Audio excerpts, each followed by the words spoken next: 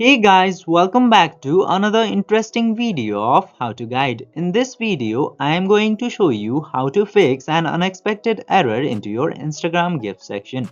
So without any further ado, let's dive right into this exciting video. Now before going into solution, first let's know about the problem. First check about if your internet connection is properly connected or not.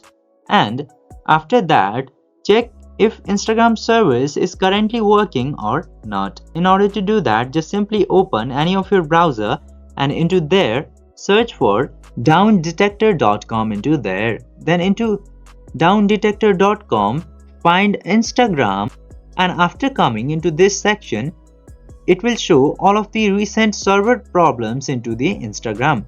If at the time when you are searching for down detector, if this bar goes very high, it means your problem is also related to the Instagram server crashes. So in this case, wait for some hours or some time until Meta fixes the Instagram server crashes. Then your error will stop occurring into your Instagram page. I hope this video was helpful for you. If yes, don't forget to like, share and subscribe to the channel to never miss another update. Thank you for watching the video.